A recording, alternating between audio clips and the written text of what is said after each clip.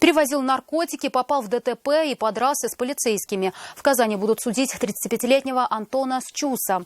По версии следствия, криминальную славу он обрел летом этого года, когда попытался скрыться от сотрудников полиции. Поняв, что потерпел неудачу, он предпринял еще одну попытку уйти от наказания. Как за считанные минуты мужчина заработал 2 уголовных дела, расскажет Айрат Назипов. Увидев патрульный автомобиль, водитель арендованной машины нажал на газ. Полицейские видели, как до этого мужчина выходил из лесопосадки, и это им показалось подозрительным. Завязалась погоня. Закончилась она после того, как мужчина въехал в другого участника движения. Будь здоров, выйди с машины. В сторону сделать, пожалуйста. Пристегните запрещенное оружие, патроны, наркотики.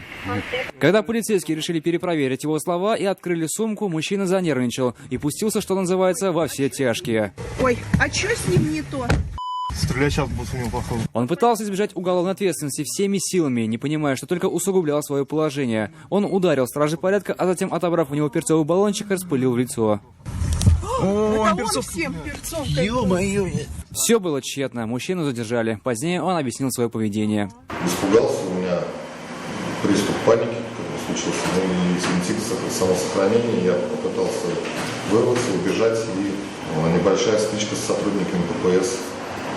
Тому сотруднику я вывихнул ключицу. Как выяснили следователи, в тот день предполагаемый закладчик забрал из тайника на улице Возрождения больше 100 граммов мефедрона и несколько граммов гашиша, но сбыть не успел. Все это нашли в ходе осмотра задержанного. Еще не предъявлено обвинение в покушении на сбыт наркотических средств, а также применение насилия в отношении представителей власти. При этом свою вину он признал частично.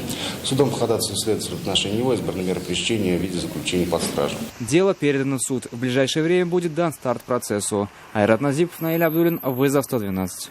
Мы делаем вам вызов. Смотрите одну из самых рейтинговых программ о происшествиях в Татарстане на нашем сайте tnv.ru.